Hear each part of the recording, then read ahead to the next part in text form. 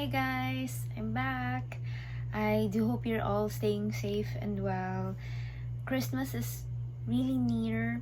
I do hope you're feeling the joy of Christmas. So, I have 4 books for you today.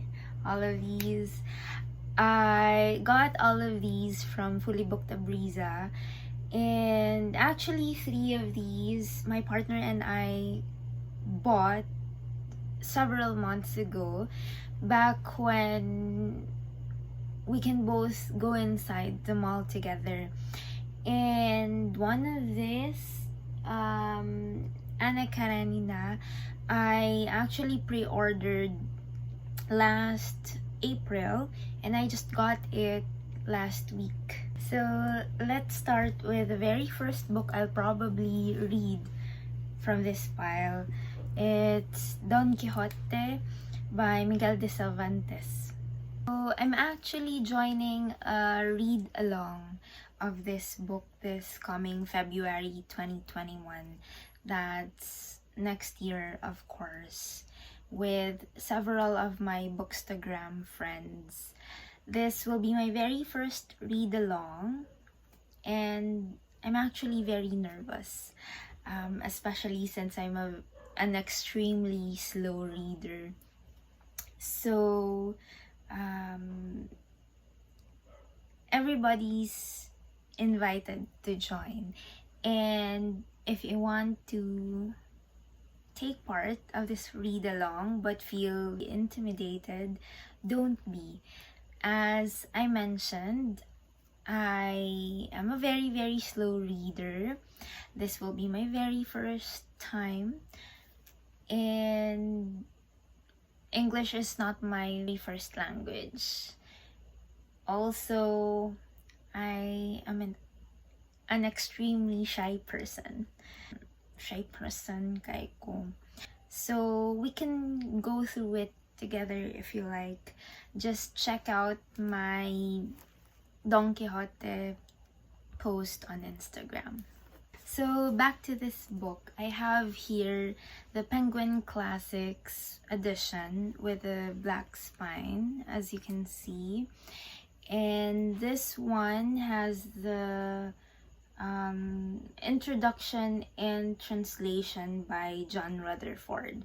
So let me share with you what they have to say about John Rutherford's translation. Okay, so it says here that John Rutherford's landmark translation does full justice to the energy and wit of Cervantes' prose. His introduction discusses the traditional works parodied in Don Quixote and issues of literary translation. So also, according to Colin Burrow by the Times Literary Supplement, John Rutherford makes Don Quixote funny and readable. His Quixote can be pompous, imposingly learned, secretly fearful, mad, and touching. Sounds nice. Actually, whichever translation you get will do, for as long as it's unabridged and complete, so that you can fully enjoy the work. This novel was actually published in 2 parts. The first was in 1605, while the second part was published in 1615. Often considered as the first modern novel, it is thought by many authors to be the best literary work ever written. Actually, the 19th century German philosopher Arthur Schopenhauer, in one of his essays, mentioned Don Quixote as one of the 4 he considers as the best of all existing novels. The other 3 novels being Tristram Shandy, La Nouvelle Eloise, and Willem Meister by Goethe. On screen is the 1605 first edition cover. The cover artist unknown.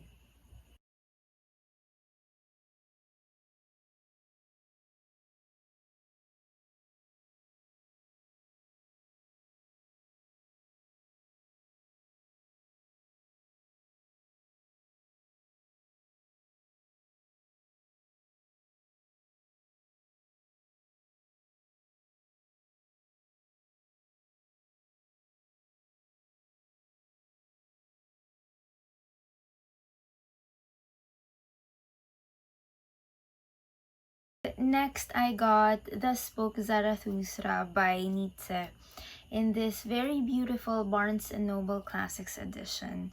Another favorite edition of mine. And this one actually has a translation of Clancy Martin. And I actually wanted to read something about the translation. Unfortunately, they don't have anything written here. I actually want to give Nietzsche a try. I want to read him again post college because I got inspired after seeing my friend Ieva's video. She loves Nietzsche and she has a lot of Nietzsche books. So I want to read him again.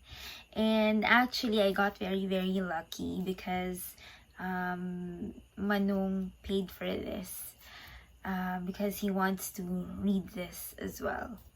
Published between 1883 to 1885, this is a philosophical novel written by the German philosopher Friedrich Nietzsche.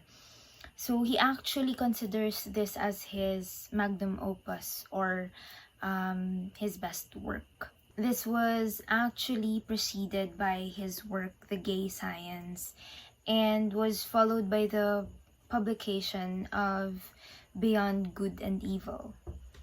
While Nietzsche touched up on a lot of ideas in this book, one of the most standout themes is the concept of the Übermensch, or the idea of the Superman or the superhuman. So apart from this book reads, I teach you the overman. Man is something that shall be overcome. What have you done to overcome him? So basically, the idea of the Übermensch points to the direction of self-mastery, self-cultivation. On screen is how the title page of the first edition copy looked like.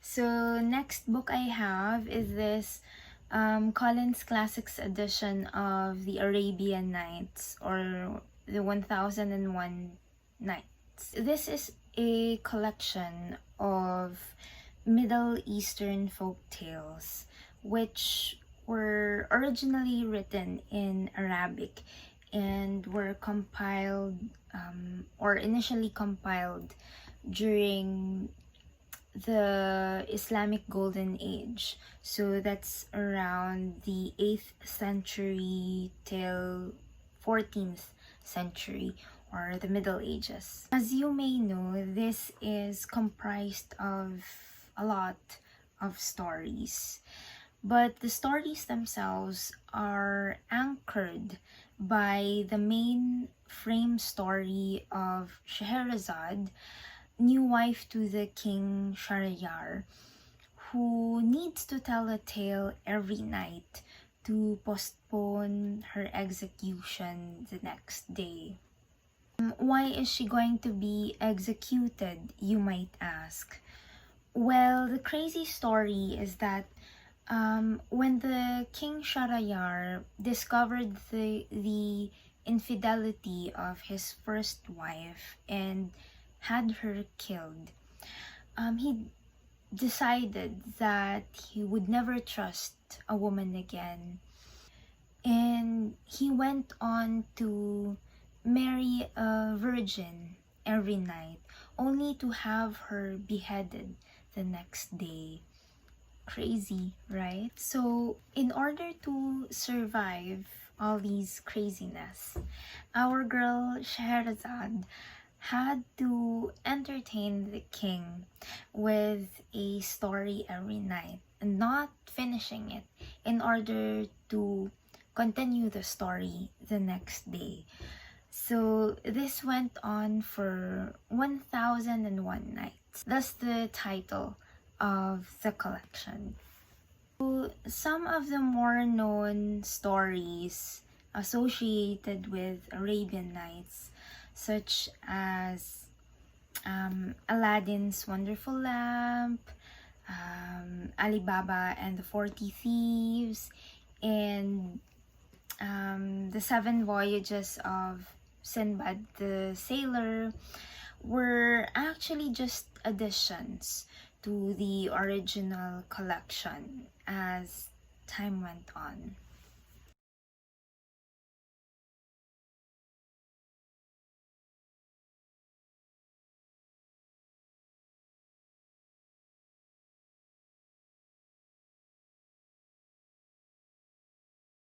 For our last book, and actually one of my most anticipated reads for next year, I have here Anna Karenina by Lev Tolstoy in this beautiful Alma Classics edition.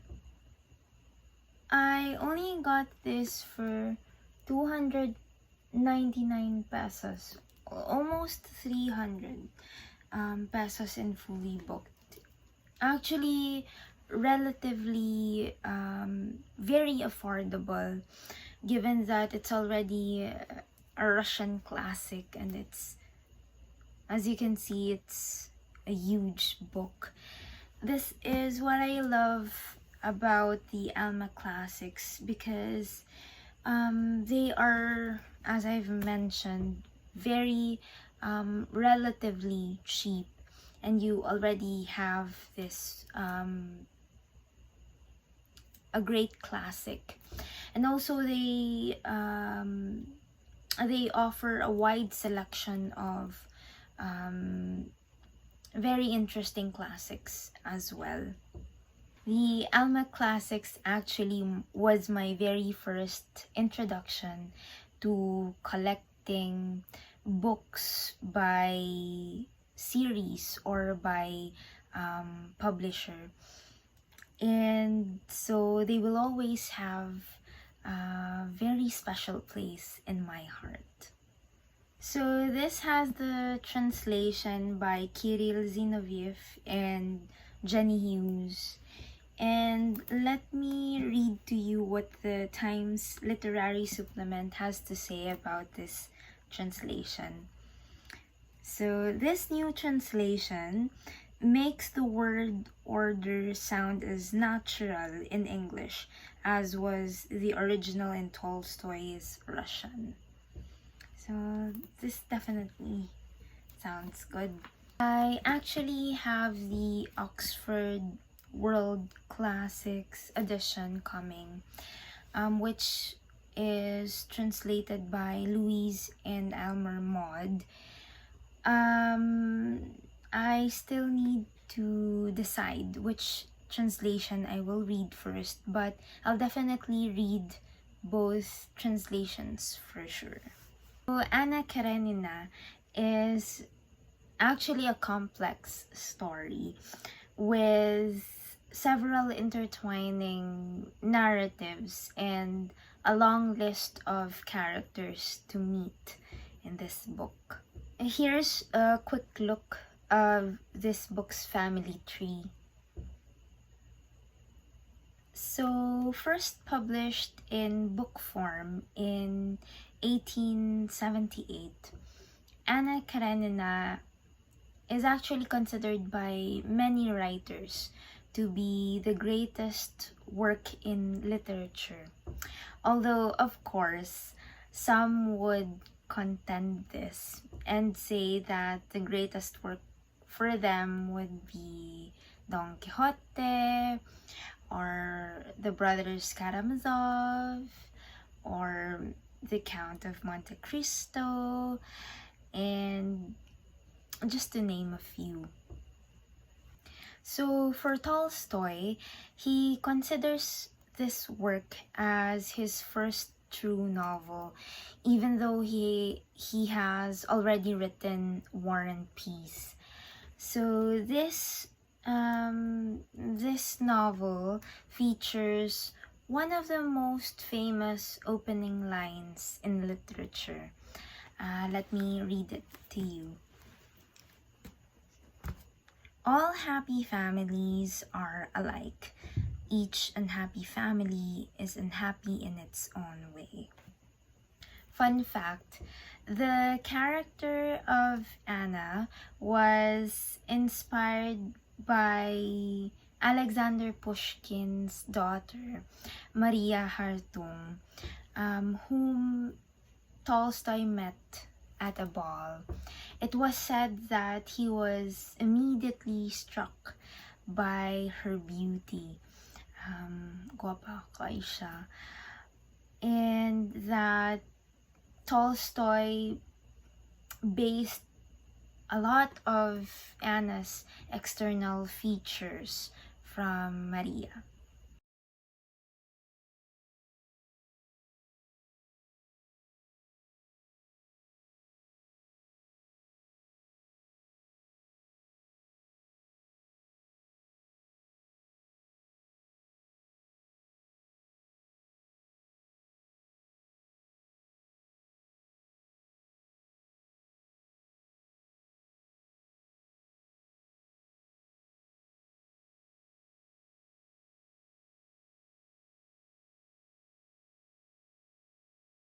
So that's it for now. I do hope you like this set of books I have for you today. Take care and see you soon. Bye!